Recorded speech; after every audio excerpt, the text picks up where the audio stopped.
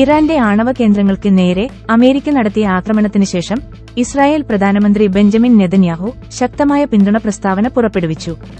നിർണായക നേതൃത്വവും സൈനിക ശക്തിയും പ്രകടിപ്പിച്ചതിന് പ്രസിഡന്റ് ഡൊണാൾഡ് ട്രംപിനെ പ്രശംസിച്ചു. പ്രസിഡന്റ് ട്രംപും ഞാനും പലപ്പോഴും പറയാറുണ്ട്, ശക്തിയിലൂടെ സമാധാനം. നെതന്യാഹു പറഞ്ഞു. ആദ്യം ശക്തി വരുന്നു, പിന്നെ സമാധാനം വരുന്നു. പ്രസിഡന്റ് ട്രംപും അമേരിക്കയും വളരെയധികം ശക്തിയോടെ പ്രവർത്തിച്ചു. കൃത്യമായ ആക്രമണങ്ങളുടെ ഒരു പരമ്പരയിലൂടെ ഫോർഡോ, നദാൻസ്, എസ്ഫഹാൻ എന്നിവിടങ്ങളിലെ ഇറാന്റെ മുൻനിര ആണവ കേന്ദ്രങ്ങൾ യുഎസ് സൈന്യം നശിപ്പിച്ചതായി പ്രസിഡന്റ് ട്രംപ് സ്ഥിരീകരിച്ചതിന് തൊട്ടുപിന്നാലെയാണ് പ്രസ്താവന വന്നത്.